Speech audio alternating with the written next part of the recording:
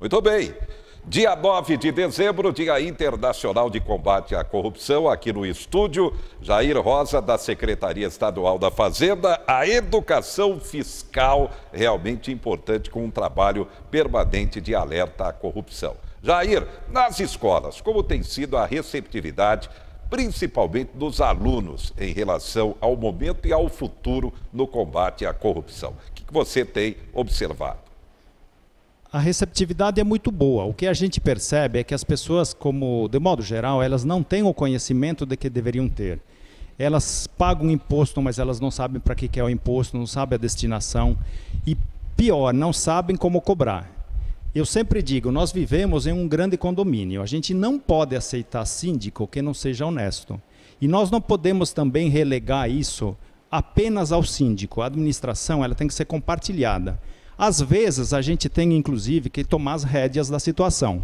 E aí eu trago uma situação aqui, José Henrique, que me chamou muito, me pôs a refletir na semana passada. Eu vi um comercial num banco federal, dizendo mais ou menos assim: é bom ser cliente do banco X, porque o lucro que esse banco dá é revertido à própria população, afinal o banco é estatal.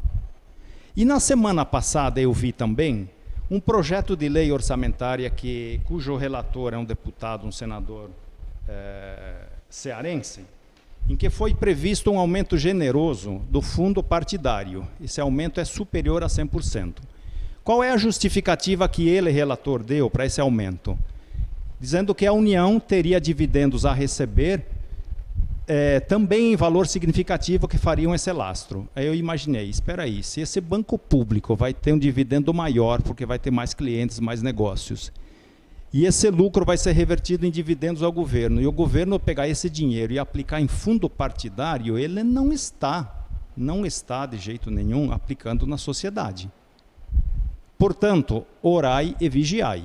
Isso não é uma crítica ao banco, não é uma crítica ao governo, isso é o exercício da cidadania que me cabe. E é triste ver o Brasil cair na estatística do IDH, o Índice de Desenvolvimento Humano, e a qualidade de vida, mais um ano de queda. Realmente é triste, não, Jair? Exatamente, mas nós temos que fazer a nossa parte. A gente tem que encampar essas causas, e eu não estou falando mal desse governo, daquele, eu sou cidadão e eu tenho que exercer meu papel. E por isso eu convoco aos demais que exerçam o seu papel. Nós temos que cobrar, nós temos que entender o processo. A gente não pode ser mais um. Nós temos que fazer parte e exercer de fato a nossa cidadania. Diga não à corrupção. Destaque final, Jair Rosa.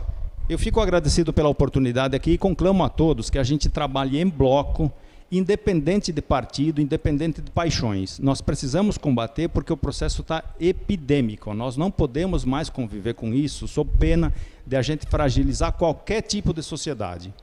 Muito bem. O alerta está dado. Obrigado, Jair Rosa.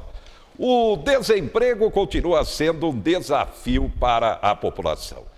A economia está ainda travada e a expectativa agora, com a aprovação da reforma da Previdência, é que a economia comece a se recuperar e o nível de emprego também. Mas é preciso realmente qualificação dessa mão de obra. O problema é que tem muita gente qualificada com diploma na mão, mas que não consegue um emprego na sua área. Confira. O Raul se formou em propaganda e marketing em 2016. Durante um ano, procurou emprego na área, mas sempre esbarrou na falta de experiência. Sem oportunidade, virou vendedor de imóveis. Quando eu percebi que o meu currículo já estava ficando desatualizado, vamos dizer assim, e sem um histórico profissional nessa área, cada vez mais ficava complicado competir com os outros candidatos, então eu decidi mudar de área. A situação do Raul é parecida com a de quase 4 milhões de brasileiros. Eles fizeram faculdade, mas não conseguem trabalhar em postos que exijam ensino superior. Um estudo feito por uma consultoria com base na Pesquisa Nacional por Amostra de Domicílios, do IBGE, mostrou que o país tem 18 milhões de graduados para 14 milhões e meio de vagas. É fácil entender esse descompasso. O número de matrículas nas universidades cresceu a uma taxa anual 5 vezes maior que a da economia. A dinâmica da economia do país não conseguiu acompanhar né, essa evolução do número de formatos e não conseguiu gerar postos de trabalho suficiente, né? Então isso tem muito a ver com a morosidade mesmo da economia, principalmente desde de 2014, né, começaram a aparecer os dados da crise econômica e até hoje nós não conseguimos recuperar, né? O baixo desempenho da economia nos últimos anos não é o único motivo. O problema passa também pelo tipo de cursos e de formação que o país está oferecendo aos universitários. Dos 8 milhões de estudantes no ensino superior, quase 30% fazem 3 cursos: Direito, Administração e Pedagogia. Além disso, segundo a análise da consultoria e dados, nos últimos anos o Brasil expandiu o acesso a cursos de baixa qualidade. Empresas não estariam abrindo postos de trabalho porque ela acha que a pessoa formada não teria condições de se adequar bem àquela ocupação.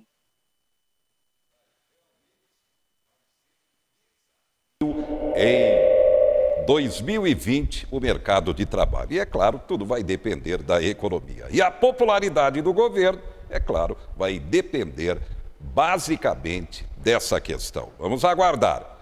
Foi sepultado o corpo da jovem estudante Taniabara Aparecida Silva, 22 anos de idade, que morreu no capotamento de um veículo na noite de sábado na SP 333, ali no Jardim Flamingo. A filha, de 1 ano de idade, também ficou gravemente ferida, permanece internada no Hospital Materno Infantil. O ajudante de pedreiro, Sandro Nunes de Souza, 35 anos, conduzia uma EcoSport, placas aqui de Marília, no sentido Marília-Assis, quando na altura do quilômetro 334 da SP 333, perdeu o controle e colidiu com o barranco no acostamento e capotou. Um detalhe: a jovem Taniabara Aparecida Silva estava sem o cinto de segurança. Essa é a 22ª morte em acidentes de trânsito esse ano em Marília. No ano passado foram 26. O alerta continua, vem aí agora o período de viagens por causa do Natal, da virada do ano, planejamento para essa viagem. Vencer o alcoolismo é uma luta da pessoa que tem a doença, como da família e de toda a sociedade. E um detalhe: todo dia é um dia de desafio e o que se espera é um dia de vitória.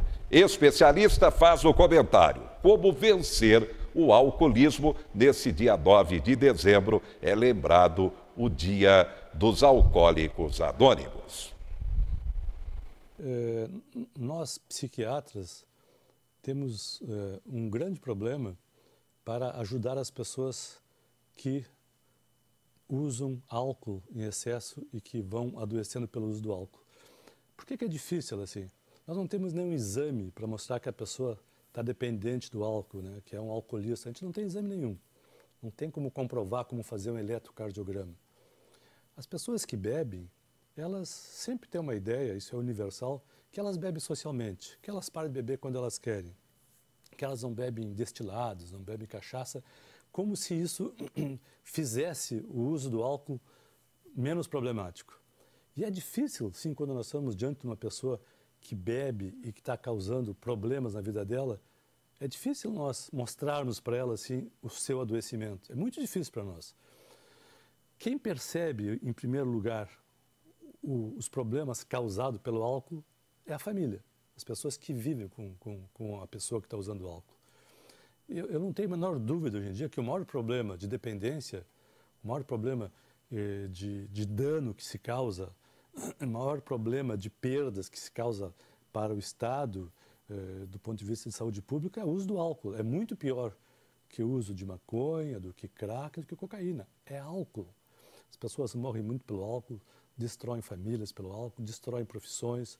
Então, é muito sério. Eu queria só passar para vocês uma informação muito simples, assim. As pessoas começam a beber muito cedo. Por que as pessoas começam a beber? Eu, quando tomei o meu primeiro chopp, achei uma coisa horrível. Quando tomei o meu primeiro uísque, achei intragável. O álcool em si não é uma coisa boa, apetitosa. Geralmente as pessoas começam a beber porque buscam no álcool algum efeito benéfico que o álcool fornece. Tipo assim, o álcool tira a timidez, o álcool tira aquela sensação de depressão, de abatimento, o álcool tira a angústia, o álcool às vezes ajuda a dormir, o álcool às vezes facilita com que a pessoa se aproxime de uma mulher de um homem. Então o álcool tem esse sentido, assim, ele é enganador, mas as pessoas usam para tirar algum benefício dele. Mas o uso constante do álcool vai desenvolvendo a doença, a dependência. Então não faz diferença se a pessoa bebe uma vez por semana, ou se a pessoa bebe uma vez por mês, ou se ela não cai na sarjeta, ou se ela não bebe destilado. Isso não faz diferença nenhuma. O uso continuado do álcool, ele desenvolve um sinal que é fundamental para caracterizar a doença. Qual é o sinal que a pessoa desenvolve assim?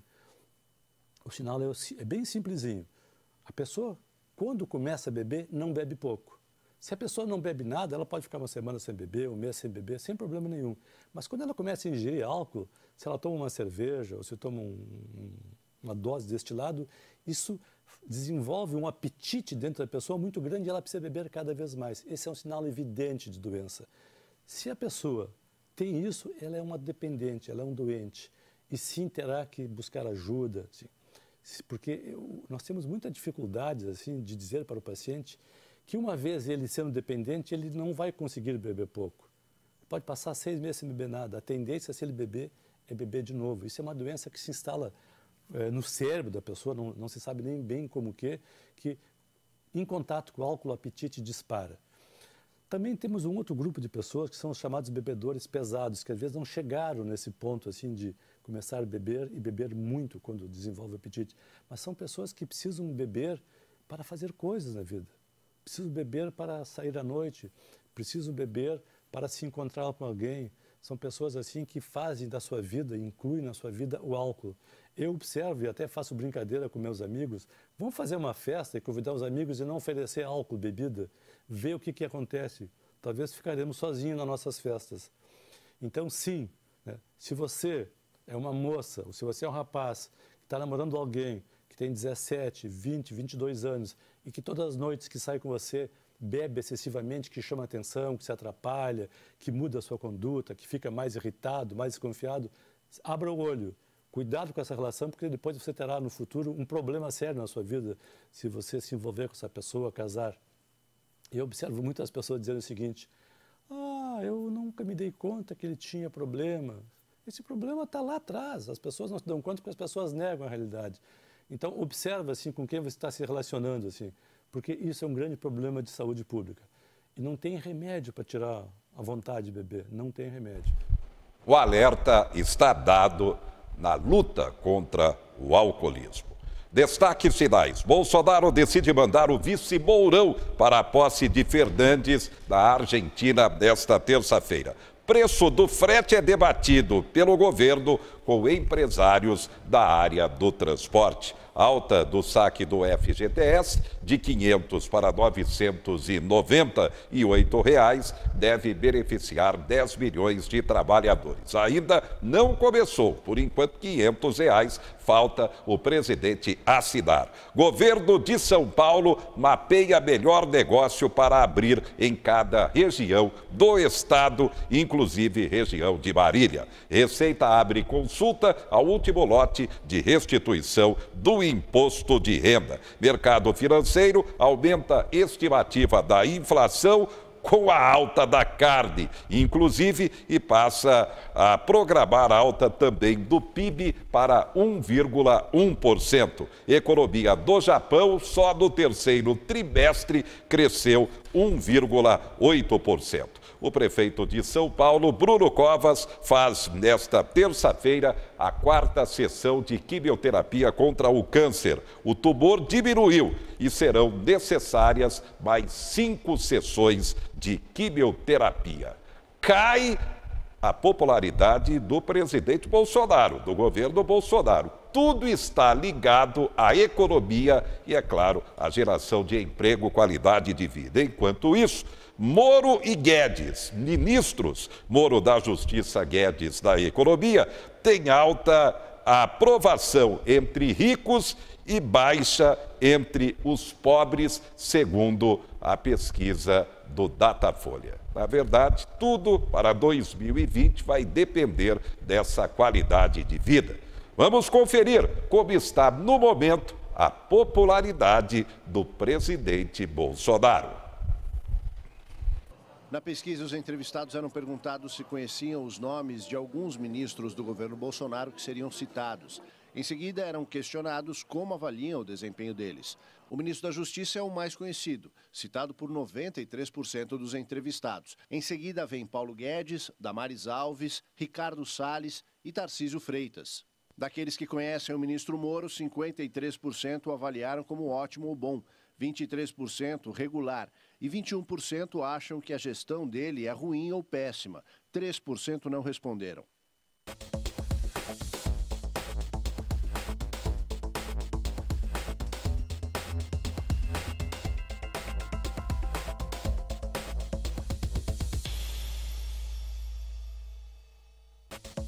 Quatro Notícias. Oferecimento Unimar EAD. Tradição e qualidade ao seu alcance. Acesse unimar.br. Taust, faz toda a diferença. E Menin Engenharia.